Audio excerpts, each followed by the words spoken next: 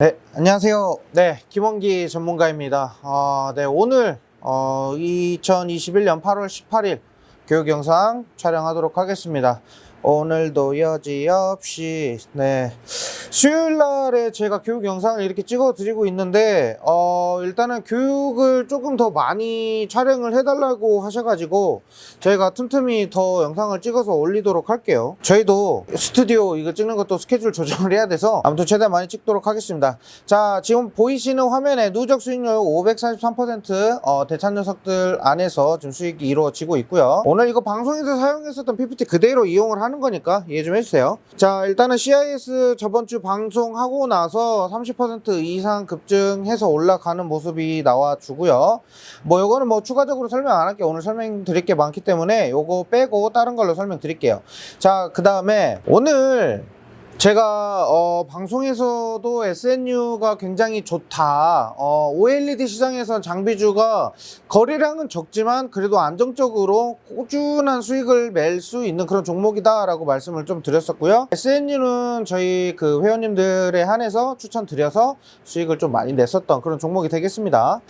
그 다음에 네오위즈 홀딩스, 요거는 뭔가 끼가 있다라고 말씀드렸어요. 예전에 네오위즈의 실적이 굉장히 크게 나와가지고 도 저희가 수익을 한번 냈고, 그리고 코인 시장에 조금 발 들였다라는 그런 소문이 돌면서 조금 더 추가적인 슈팅이 나왔었죠. 그리고 지금 오늘 네오위즈 홀딩스 또 말씀드린 거 17% 정도 수익이 났어요. 왜 났냐면요, 혹시 블레스라는 게임을 들어보셨을지는 모르겠지만 블레스라는 게임이 동시 접속자가 7만 명이 넘었습니다. 이거 게임 PC 게임이거든요. 모바일 게임도 아니고 PC 게임으로는 굉장히 많은 동시 접속자가 나왔다. 그러니까 결국에는 흥행이 예고될 수도 있다라는 그런 기대치로 인해서 굉장히 많이 올랐어요. 올랐다가 그날 장 마지막에 갑자기 급격하게 빠지면서 우리가 17% 정도 수익을 내고 빠지는 그런 시장이었습니다. 자, 그러면 본론으로 들어와서 오늘은 어떤 종목을 추천을 할 거냐면요, 일단은 디즈니 플러스 관련된 종목이라고 보시면 됩니다. 디즈니 플러스는 뭐냐면요, OTT 시장에 있어서 떠오르는 거물이죠. 넷플릭스가 세계 시장을 좀 세계 점유율이 굉장히 높은 그런 상태라고 하면은, 디즈니 플러스는 아직까지 세계 각국에 지금 출시가 되지 않은 상태예요. 예를 들면 일본은 지금 출시가 돼 있는 상태지만 우리나라는 아직 출시가 안 된 상태예요. 그런데 우리나라는 도대체 언제 들어오냐 이런 얘기가 있었어요. 그런데 이거 인스타예요. 인스타에서 디즈니 플러스 2021년 11월 스트리밍 시작한다, 이렇게 나와 있죠. 그러니까 공식적으로 언제 시작하겠다라는 이야기가 전혀 없었는데 이번에는 공식적으로 발표를 했습니다. 그래서 지금 디즈니 플러스 관련된 종목들을 좀 유심히 좀 살펴보고 있는 상태이고요.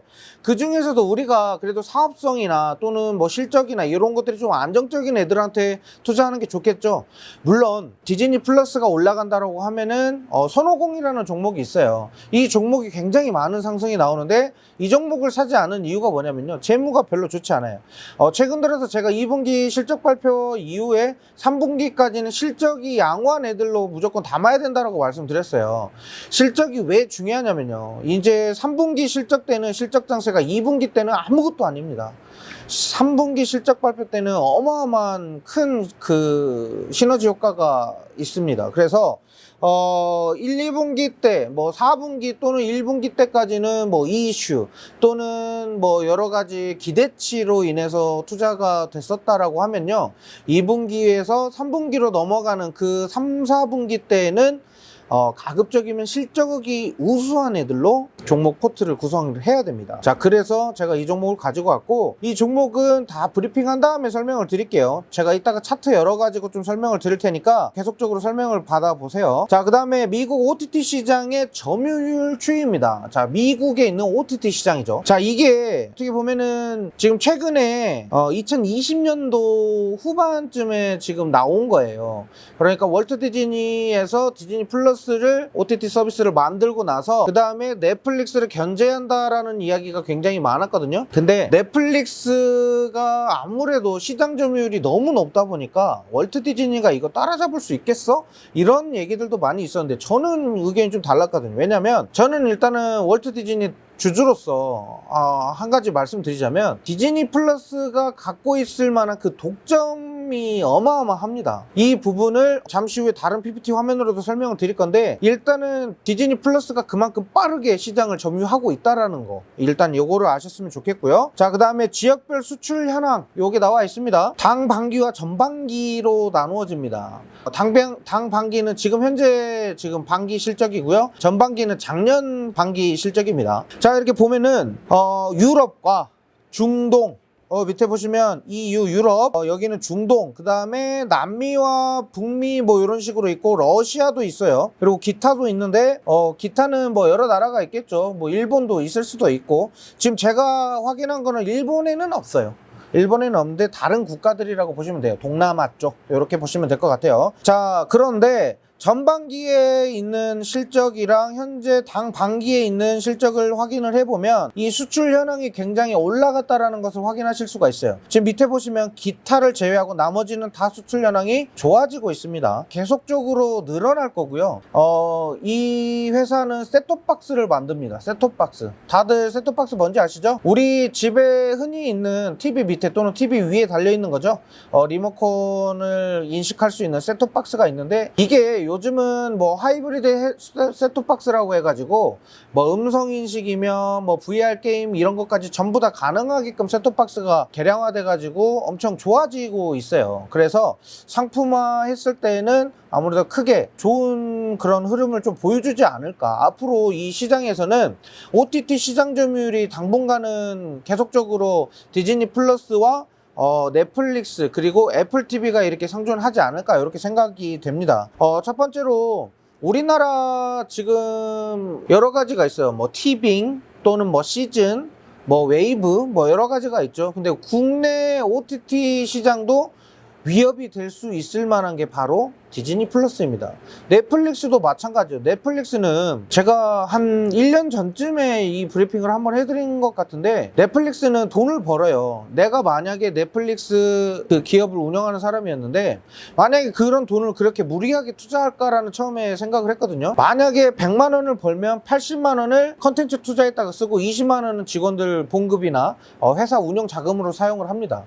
솔직히 넷플릭스가 시장 거대화, 인프라를 구축하기 위해서는 초기 비용이 굉장히 많이 들었다라고 생각이 됐는데, 넷플릭스가 처음에 뭐로 시작을 했냐면 비디오 있죠.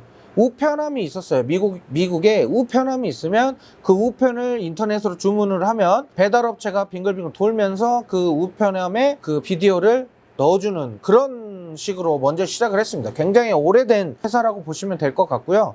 그런 회사가 뭐 잘 되겠어 라고 했어요. 근데 배달 이런 게 될까 뭐 이렇게 말 많이 했었죠. 제가 옛날 과거 데이터들을 보니까 굉장히 그 시장 전망이 어둡다라는 그런 식으로 얘기를 하더라고요. 그런데 넷플릭스 같은 경우는 시장 그런 분석이 굉장히 좋죠. 왜냐면 지금 우리나라도 배달업체가 굉장히 큰 그 시장 점유율을 차지하고 있잖아요. 인프라도 너무 좋고. 근데 이 미국이 먼저 시작했다라는 겁니다.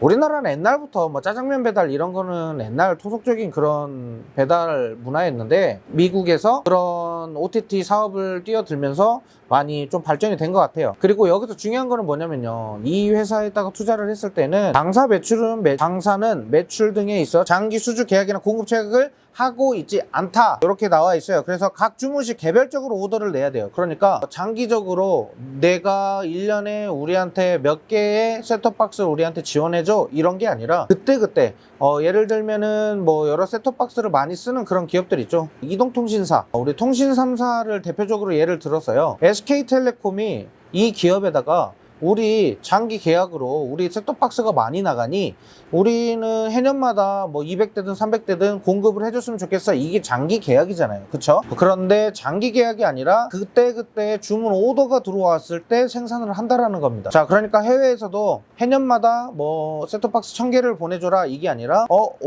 요번에는 셋톱박스 주문량이 적으니까 우리한테 한 100대만 줘, 1000대까지는 필요 없어, 100대만 보내줘, 약간 이런 식으로 보시면 돼요. 그러니까 사업이 꾸준한 수익률을 할 수가 있는 게 아니라 어떤 때는 수주가 안 좋을 수도 있고 어떨 때는 굉장히 좋을 수도 있다라는 겁니다. 이게 결국에는 우리가 투자했을 때는 악재로 작용을 할 수 있다라는 거, 이런 거를 우리가 좀 체크를 할 필요가 있고요. 다음 화면 보시면요, 디즈니 IPTV 3사의 서비스 중단 요청 이렇게 나와 있습니다. 서비스 중단 요청, 일단은 컨텐츠를 독점하겠다라는 거죠. 자, 쉽게 말해서 월트 디즈니 안에 있던 그 컨텐츠들이 굉장히 많아요. 일단은 거대한 회사들을 자기들이 큰돈 주고 사들였죠. 예를 들면 뭐 마블, 또는 뭐 토이스토리에 있는 뭐 픽사, 또는 내셔널 지오그래피, 그리고 ESPN이라고 혹시 스포츠 채널 아실지 모르겠어요. 뭐 요런 거, 그런 채널의 그 높은 점유율을 차지하고 있는 애들을 많이 매수를 했죠.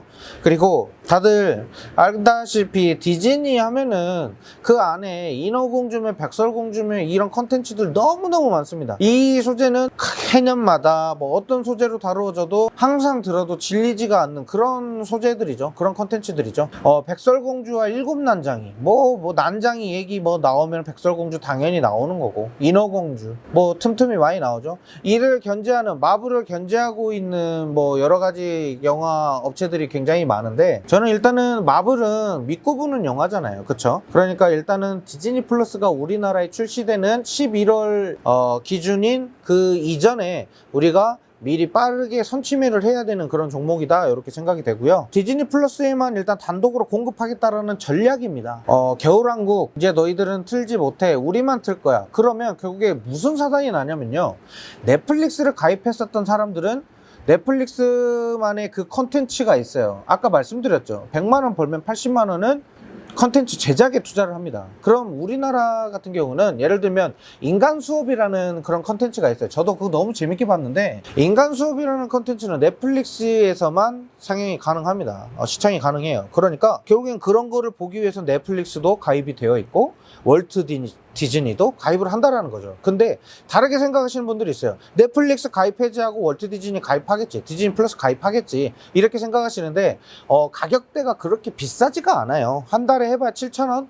넷플릭스 지금 가격이 얼마인지는 모르겠는데 아무래도 그 정도 할 거예요. 그리고 디즈니 플러스는 가격대를 제가 알기로는 11,000원대 아니면 뭐 9,000원대로 뭐 낮추겠다, 뭐 가격이 뭐 계속적으로 위아래로 왔다 갔다 하고 있어서 정확한 가격은 제가 지금 확인이 안 됐는데, 일단은 가격대는 그렇습니다. 그러면 동시 접속자가 있어요. 예를 들면 넷플릭스는 한 명이 결제를 하면 5명이서 같이 볼 수 있는 그런 구조로 되어 있거든요. 디즈니 플러스는 8명까지 확대시키겠다, 뭐 이런 얘기가 있어요. 뭐 시장 점유율을 빠르게 확장시키기 위한 그런 부분으로 확인이 됩니다. 예를 들면 한 번 써본 사람은 절대 이 컨텐츠를 계속적으로 이용할 수밖에 없게끔, 이게 투자 전략입니다, 이쪽에서는. 자, 그런 부분을 봤을 때 어벤져스나 겨울왕국, 스타워즈 등 디즈니 컨텐츠를 VOD로 확인하실 수가 없다는 거죠. 자, 그래서 일단은 이 독점권이 얼마나 무서운 건지 이제 출시되고 나면은 실감이 되실 거라고 생각됩니다. 자, 그것 때문에 저는 일단 월트 디즈니를, 미국 주식을 많이 샀어요. 월트 디즈니 사고, 월트 디즈니 앞으로 미래를 좀 전망을 내다봤을 때는 그 디즈니랜드나 또 추가적으로 뭐 마블이나 뭐 이런 영화 쪽에서 들어오는 부수입적 디즈니 스튜디오죠. 스튜디오 사업이 좀 좋아질 것이다. 게다가 OTT 사업까지도 전 세계 시장으로 확장을 시키고 있기 때문에 이도 결국에는 디즈니, 월트 디즈니가 앞으로 주가 상승에는 모멘텀이 굉장히 강하다, 이렇게 말씀을 좀 드리고 싶습니다. 자, 그리고 요거는 또 한 가지가 있습니다. 밑에 보시면 이 종목은 윤석열 관련주로 인해 가지고 12% 상승을 했고요. 왜 12% 상승을 했냐면 윤석열과 서울대 법대 동문이라는 사회이사가 윤석열 법대 동문이라는 그런 이슈로 인해서 관련주로 뽑혔고요. 솔직히 정치 이슈 같은 경우는 저는 별로 좋아하지 않아요. 뭐냐면 우리가 아무리 실적을 보고 투자를 했어도 정치적인 그런 이슈나 수급 때문에 결국에는 우리가 원했었던 그런 투자가 되지 않을 수가 있거든요. 그래서 정치 관련주, 다른 걸로 포함이 되면 모르겠는데 정치 관련 쪽으로 포함이 되면 저는 별로 좋아하지는 않습니다. 자, 그래서 밑에 보시면 최재형 뜨고 윤석열 지고 판세 따라 정치 테마 출렁출렁 거린다 라고 나와 있죠. 윤석열 관련주로 올랐는데 갑자기 윤석열 관련주는 떨어지고 최재형 관련주가 올라요. 이런 게 그 계속적으로 엄청나게 막 위아래로 뒤죽박죽 되다 보니까 저는 좀 싫어해요, 이런 거. 왜냐면 내가 정치 때문에 투자한 게 아니라 이런 사업성과 앞으로 미래 전망에 대해서 투자를 했다라고 하면은 이거는 단기적으로 그때그때 그 지지율에 의해서 이렇게 위아래로 움직이는 거기 때문에 조금 단점이에요. 하지만 만약에 우리가 전망치로 인해서 투자를 했지만 주가가 크게 움직이지 않아요. 그런데 정치적인 이슈로도 빠르게 슈팅이 올 수도 있다라는 거죠.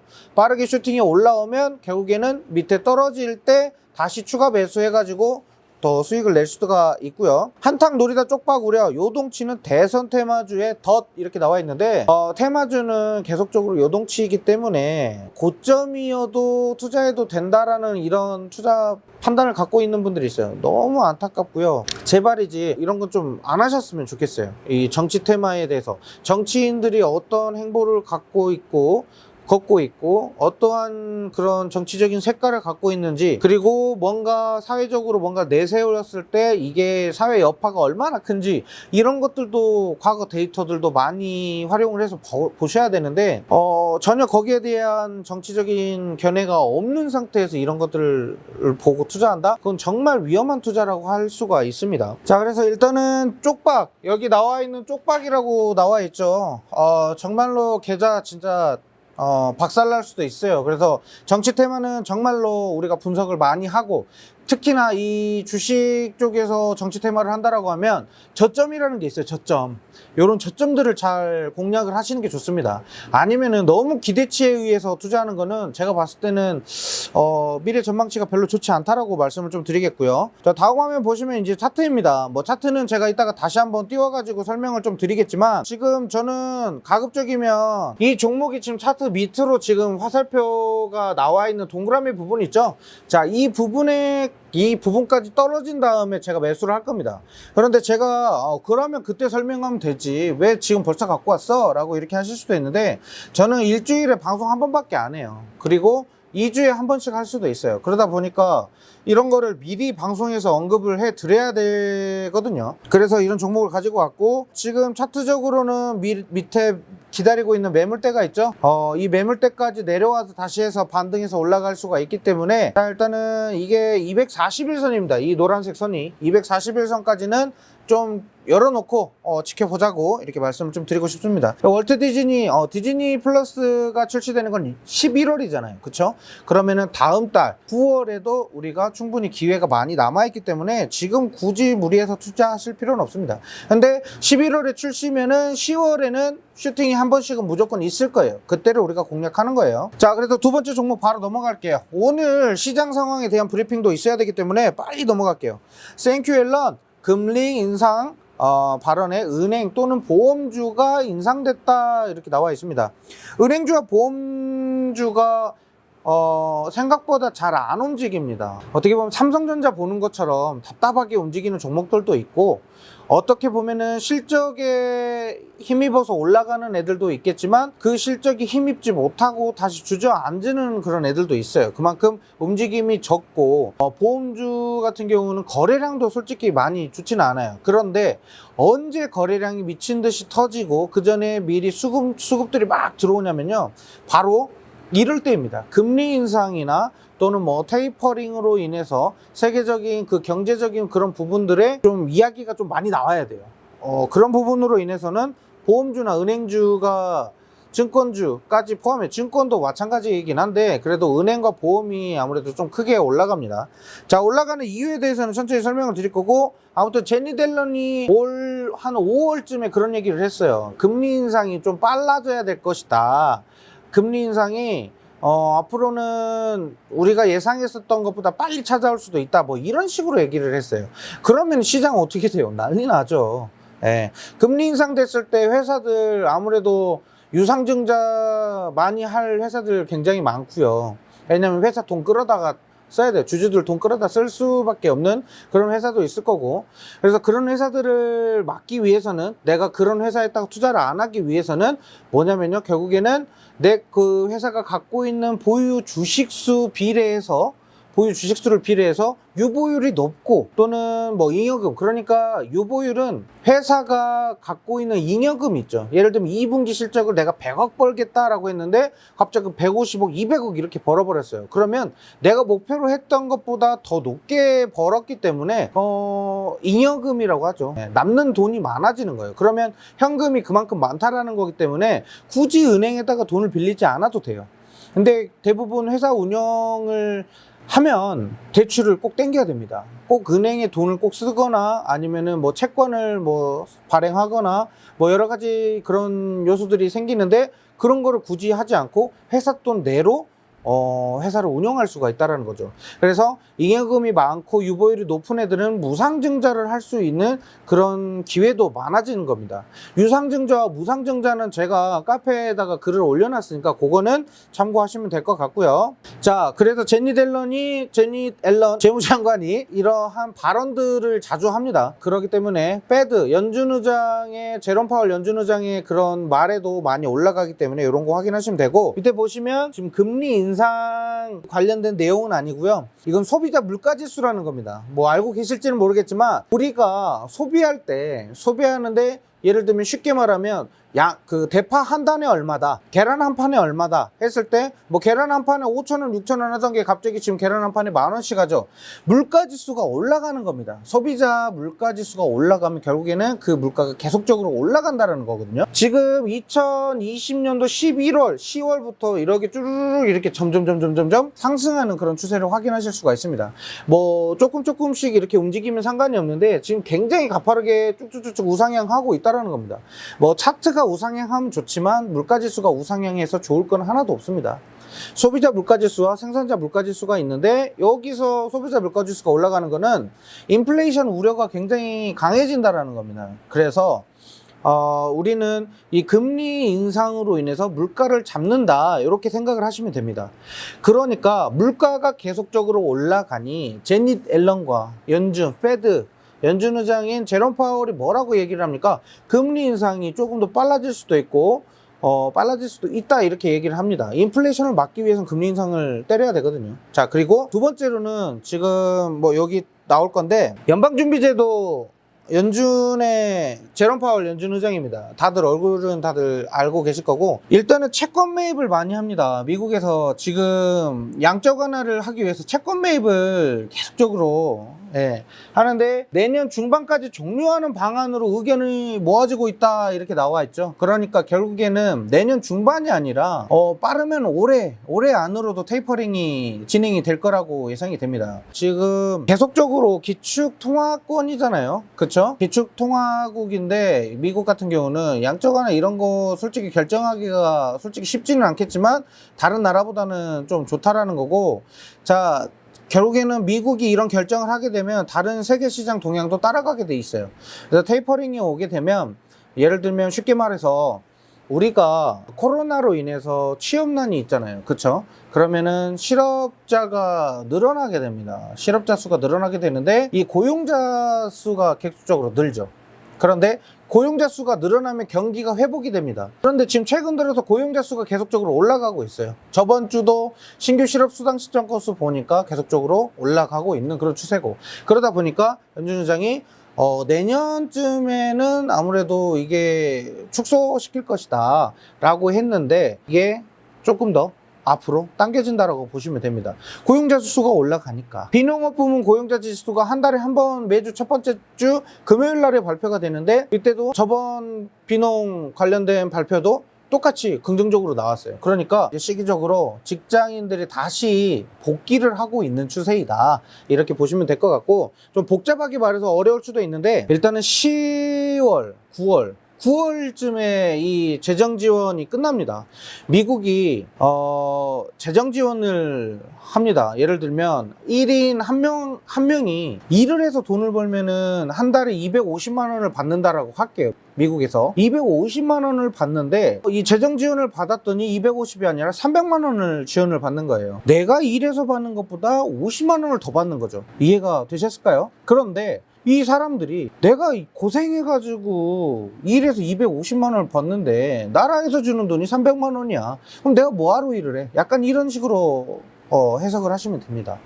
자, 그러다 보니까 결국에는 지금 이 테이퍼링과 인플레이션 그리고 금리 인상 관련돼서 경기 민감주들이 있죠. 이런 종목들을 지금 투자하실 때라고 이렇게 판단이 돼서 가지고 왔고, 양적 완화 축소가 예상보다 빨라질 수 있다는 얘기다 라고 이렇게 나와 있죠. 빨라지게 되면은 솔직히 시장 패닉은 반드시 올 겁니다. 하지만 빠르게 반등해서 복구할 수 있는 그런 장세가 다시 한번 이어질 수도 있다, 저는 이렇게 설명을 드리고 싶고요. 다음 화면 보시면요, 이거는 제가 지금 보험주를 지금 추천하고 있어요. 두 번째 종목이잖아요. 그쵸? 두 번째 종목은 보험주입니다. 보험주. 어떤 보험주를 추천하는지는 제가 잠시 후에 공개를 할 거고, 코로나 집콕 덕분에 보험사가 웃음꽃이다 이렇게 나와 있습니다. 자, 밑에 보시면 2분기 주요 보험사 깜짝 실적 이렇게 나와 있습니다. 밑에 보시면 2분기 보험 손해율은 TV손해보험, 삼성화재, 메리츠화재, 현대해상 전부 다 이렇게 봤을 때 일반 보험과 자동차 보험으로 나누었을 때 손해율이 뭐 많게는 22.9%, 그리고 뭐 적게는 1.7% 빠졌지만 자동차 보험 같은 경우는 4% 이상 손해율을 감소시켰다라고 보시면 됩니다.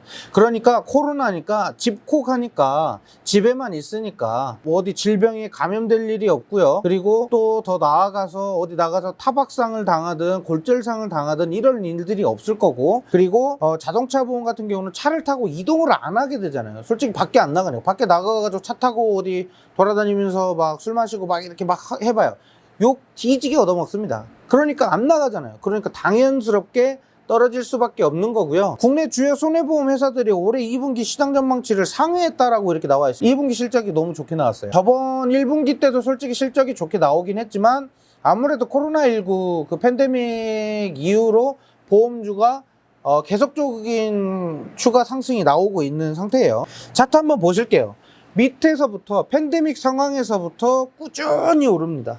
계속적으로. 물론 조정은 있죠. 물론 조정은 있겠지만 결국에는 슈팅 반등해서 올라갈 땐 8월 실적, 작년 8월 실적의 7월 말에서 8월 실적 발표 때 실적 장세로 인해서 슈팅이 나왔다가 바로 복구 반납하고 내려오는 모습이고요. 계속적인 이런 우상향 패턴이 나오고 있기 때문에 앞으로 지금 보험주가 3분기까지는 계속적인 이런 실적이 우세할 거고요. 만약 이런 조정 장세가 있었다라고 하면 한번 꺾어줄 겁니다. 꺾어주고 다시 한번 올라갈 거니까 우리는 언제부터 모으면 되냐면요, 11월 기점, 그러니까 결국에는 실적 발표를 앞두고 해야 되겠죠. 7월, 8월, 9월, 그러니까 10월쯤에 실적 발표가 나올 거고, 우리는 이 10월까지 3분기, 3, 4분기 때 실적 발표 나오는 거를 좀 공략을 해볼 수가 있겠고, 저는 더 나아가서 올해 연말까지는 좀 길게 좀 두고 봐야 되지 않을까 이렇게 생각이 됩니다. 솔직히 연말 돼가지고 굉장히 많이 올라요. 보험주나 은행주, 증권주들이 많이 올라요. 왜 오르냐면 배당을 많이 주기 때문에 주가가 다시 한번 크게 오릅니다. 그리고 배당 나게 되면은 다시 한번 주가를 한번 쭉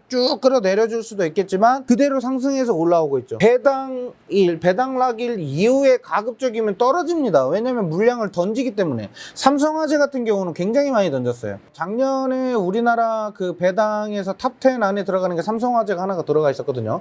삼성화재 우선주 어마무시하게 빠졌습니다. 자, 그런 것들을 우리가 확인을 하실 필요가 있고, 생명보험이잖아요. 생명보험. 이게 금리 인상이랑 보험이랑 이게 무슨 상관이야 라고 이렇게 이야기하실 분들이 있는데, 일단은 지주회사들을 잘 보셔야 돼요. 증권이랑 은행이랑 보험이랑 연계해가지고 하는 그런 지주회사들을 잘 보셔야 됩니다. 예를 들면 뭐 KB금융지주, KB금융이나 뭐 하나금융지주 뭐 이런 애들 있죠. 이런 애들은 아무래도 보험이랑 같이 엮어서 가기 때문에 그 시너지 효과는 좀 2배로 나올 수가 있다라고 생각이 되고요. TV손해보험이 이번에 좀 많이 올랐어요. 이번 2분기 실적이 깜짝 실적 발표가 나오면서 굉장히 실적으로 인해서 상승이 많이 나왔거든요. 그런데 이 종목 같은 경우는 이제 상승이 나올 종목입니다. 종목은 일단 하나생명이랑 동양생명 이렇게 두 가지를 보고 있어요. 하나생명이랑 동양생명. 왜 생명주를 가지고 오냐면요, 다른 보험도 마찬가지긴 하겠지만 생명보험 같은 경우는 수익금 버는 족족 채권을 많이 매입합니다. 국채를 많이 매입을 해요. 그러니까 결국에 금리 인상이 되면 국채금리나 여러 가지 채권에 대한 이자율이 상승하면서 거기에 대해서 이자율이 증가하기 때문에 수익을 많이 볼 수가 있고, 은행주 같은 경우는 금리 인상이 되면 예금 금리나 또는 뭐 대출 금리나 이런 것들이 있죠. 예를 들면 대출 금리가 뭐 10,000원 받던 게 갑자기 30,000원으로 이렇게 쭉 오릅니다. 자, 그래서 금리 인상이 굉장히 중요하고, 현재로서는 솔직히 금리가 어느 정도 인상이 되고 바닥권에 있기는 하지만 제로 금리에 가깝잖아요. 그렇죠? 그러다 보니까 은행주와 보험주는 별로 좋지 않고 그 안에 있는 실적으로 인해서 상승이 나와야 된다라는 거 알고 계시면 될 것 같습니다. 자, 그 다음에 오늘은 코스피 코스닥이 상승 마감을 했습니다. 어떻게 상승 마감했냐면요, 자, 9거래일 만에 상승 마감했다. 자, SK 하이닉스 반등의 영향도 크다 이렇게 나와 있습니다. SK 하이닉스 이번에 수급이 좀 많이 들어왔어요. 저번에 제가 삼성전자에 대한 브리핑하고 SK 하이닉스 주가 방어했다라고 이렇게 남겨드렸거든요. 자, 그런데 SK 하이닉스는 제가 그날 방송하고 난 다음날 아마 그 JP모건에서 좀 많이 매수를 해서 물량 들어온 걸로 확인이 됐거든요. 자, SK 하이닉스 반등으로 반도체 투심이 살아나나 이렇게 나와 있습니다. 자, 18일 오늘이죠. 코스피 지수는 상승 마감했고 9거래일 만에 상승이 나왔습니다. 계속적인 조정세가 있었고 보합권이었고 약보합권에서 계속적으로 마감이 되다가 이번에 좀 상승이 났어요. 약보합권도 좀 본 지 오래된 것 같아요. 자, 이러다 보니까 매번 하락 장세였어요. 어제 장세, 오늘 18일인데 17일 어마어마하게 빠졌습니다. 시장이 이게 말이 되나 싶을 정도로 많이 빠졌었기 때문에 좀 저는 솔직히 앞으로 시장 전망을 어떻게 보냐 뭐 이렇게 물어보시는 분들이 있어서 말씀드리는 건데, 저는 조금 더 추가적인 하락이 반드시 가능하다라고 생각이 됩니다. 자, 오늘 코스피는 0.50%, 0.50% 정도 상승으로 마감이 됐고, 코스닥 같은 경우는 0.99%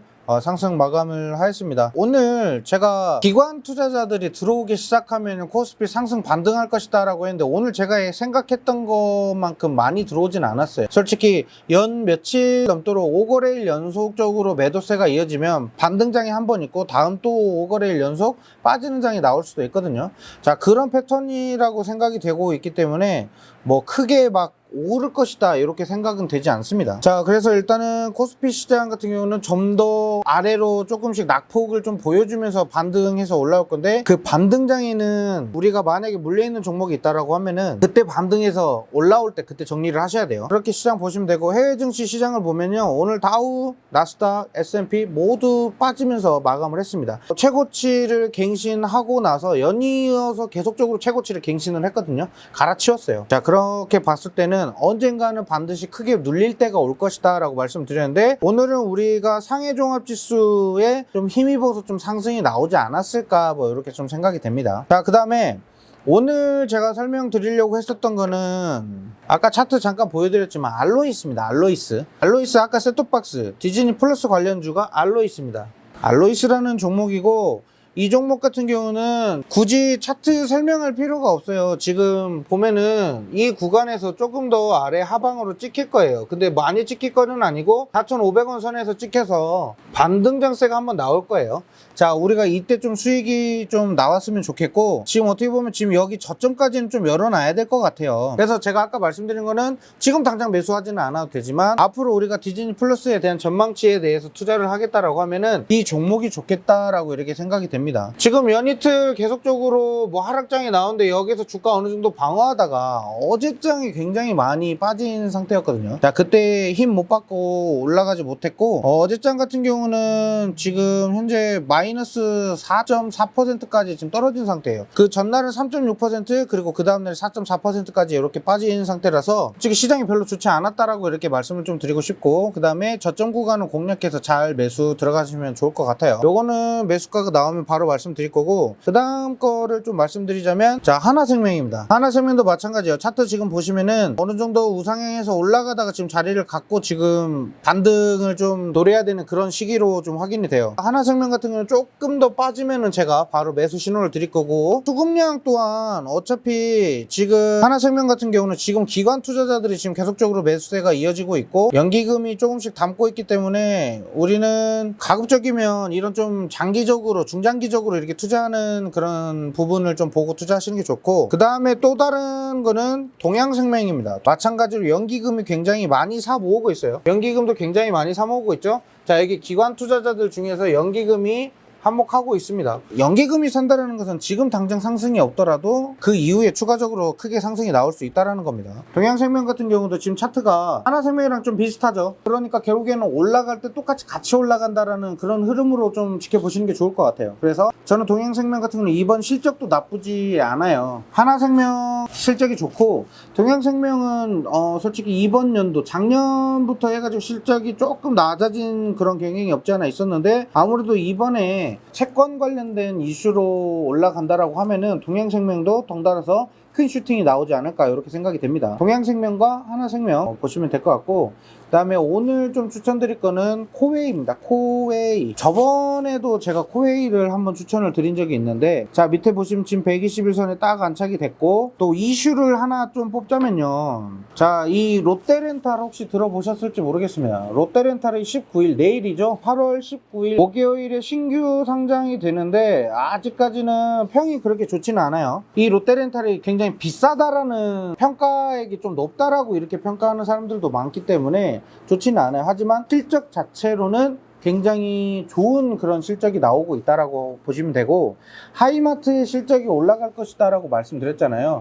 거기에 롯데렌탈이 포함이 됩니다. 사업 부문에 있어서는 포함이 되기 때문에 저는 이번에 상장하고 나서 좀 크게 상승이 나오고 조정을 다시 받지 않을까 이렇게 생각이 되는데, 롯데렌탈로 인해서 코웨이가 올라갈 것이다 이렇게 기대를 하고 있습니다. 코웨이 말고 또 무엇이 올라가냐면요, 쿠쿠홈시스가 있거든요. 자, 쿠쿠홈시스가 있는데, 쿠쿠홈시스도 코웨이처럼 쭉 빠지다가 오늘자에 다시 반등해서 올라오는데 추가적으로 좀 더 내려갈 수 있습니다. 왜냐면 지금 좀 더 아래로 하방으로 잡는 게 좋고, 렌탈 사업이 좋아졌다라고 한들 주가가 어느 정도 조정받는 거는 우리가 좀 열어놓고 봐야 돼요. 무작정 이거 적정 주가네 하고 들어가시면 안 됩니다. 쿠쿠홈시스가 아니다면 쿠쿠홀딩스입니다. 지금 현가가 쿠쿠홀딩스 가격이 132,500원이고 오늘 양봉으로 상승은 좀 1.91% 정도 상승해서 올라왔는데, 한번 올라올 때 이 홀딩스 같은 경우는 5거래 넘게 이렇게 상승이 나옵니다. 뭐 1%, 2%, 3% 뭐 이런 식으로 천천히 올라가긴 하겠지만 결국에는 한번 상승해서 올라갈 때는 양봉이 굉장히 많이 쌓인다라는 거, 그렇지만 떨어질 때는 음봉이 어마어마하게 쌓입니다. 자, 이런 부분도 잘 확인하시는 게 좋아요. 왜냐면 과거 데이터가 굉장히 중요해요. 그리고 쿠쿠홀딩스 같은 경우는 지금 위에 고점 구간에 지금 자리를 충분히 더 올라갈 수가 있거든요. 팬데믹 상황 이후로도 계속적으로 올라갈 수가 있는 상황이기 때문에 가급적이면 이 쿠쿠홀딩스를 지금 담아 가시는 게 좀 좋을 거다 이렇게 생각이 됩니다. 자, 우리가 쿠쿠홀딩스 아니면 지금 코웨이를 추천을 드렸는데, 요거 말고 다른 종목은 또 뭐 없냐, 실적주 중에서도 또 뭐 다른 종목이 있지 않냐. NC소프트 전에도 한번 말씀드렸어요. NC소프트 왜 제가 지금 장기적인 투자 또는 스윙적인 그런 투자를 자꾸 권유를 하냐면요, 시장 자체가 계속적으로 조정을 받고 있는 그런 상황이기 때문에 저는 가급적이면 이런 조정 구간들은 잘 버티고 올라가야 돼요. 그런데 실적이 기반이 되지 않으면 결국에는 아무리 조정 구간에 살아남는다 한들 손절을 하고 나올 수밖에 없습니다. 아까 대표적으로 말씀드렸죠. 정치 테마주 높은 고점이어도 이 사람이 한번 무슨 말을 하면 반드시 올라갈 종목이니까 난 이 종목 사야지, 나 이 종목 사서 모아가야지, 실적도 안 보고 그 기대치 하나로만 투자하는 그런 분들은 가급적이면 주식 그만하세요. 좀 세게 말하자면 주식 안 하시는 것만 또 못합니다.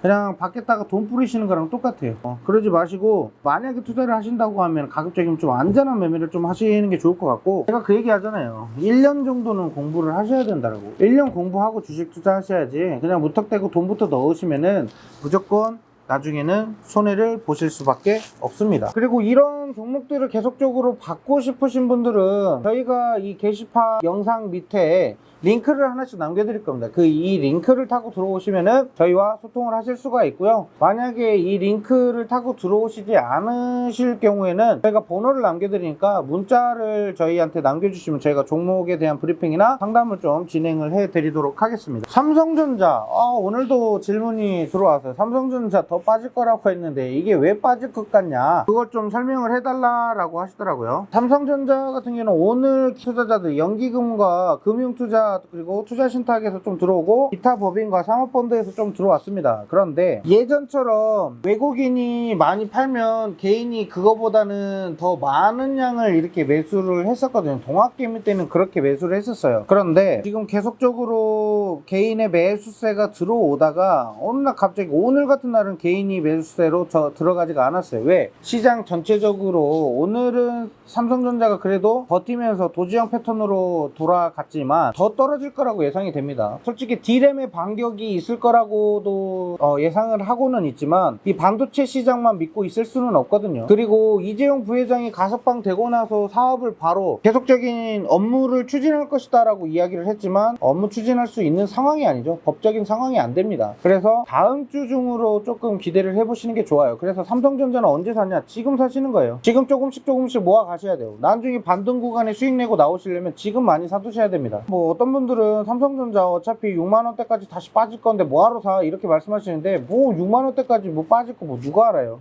아무도 모릅니다. 그거 뭐 얼떡대고 그냥 누가 그냥 대충 씹으리는 거 절대 믿지 마세요. 투자 같은 경우는 내가 알아보고 내가 연구하고 투자를 해야 됩니다. 그런데 투자하다가 모르는 거 있으면 저한테 물어보라고 말씀드리죠. 그런데 모르고 그냥 막 남들 산다고 하고 사고 판다고 하면 팔고 이렇게 하시면 안 됩니다. SK 하이닉스 잠깐 보도록 할게요. 3거래일 연속 양봉으로 마감이 됐고요. 수급량을 체크해 보도록 하겠습니다. 자, 수급량 같은 경우는 외인이 지금 연 이틀째 매수세로 들어왔고 4거래일 연속 기관이 들어오고 있습니다. 자, 여기서 보시면은 전에 한번 말씀드렸죠. 외국 투자자, 금융 투자자 쪽 있죠. 금융 투자하고 있는 JP모건에서 매수세를 보였다. 그래서 SK 하이닉스 같은 경우는 반등을 할 수 있는 여지가 있다라고 말씀을 드렸죠. SK 하이닉스는 지금도 반등하고 있어요. 지금도 반등해서 올라가려고 하고 있습니다. 자, 이렇게 올라가는 것만 따라가는 게 아니라 밑에 다지고 있는 종목을 찾아서 들어가는 것도 기술입니다. 근데 그 기술 제가 뭐 어렵게 복잡하게 설명드렸나요? 아니죠.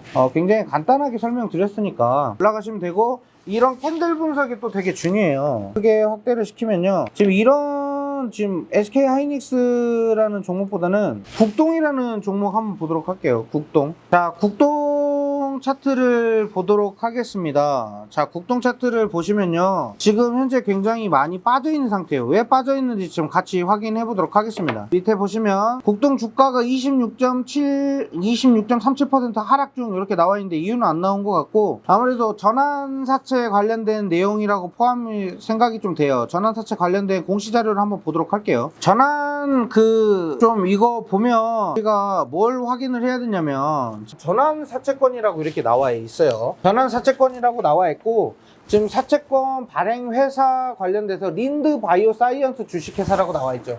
린드 바이오 사이언스 주식회사. 린드 바이오는 뭐예요? 혹시 모르실 것 같으니까 제가 설명드릴게요.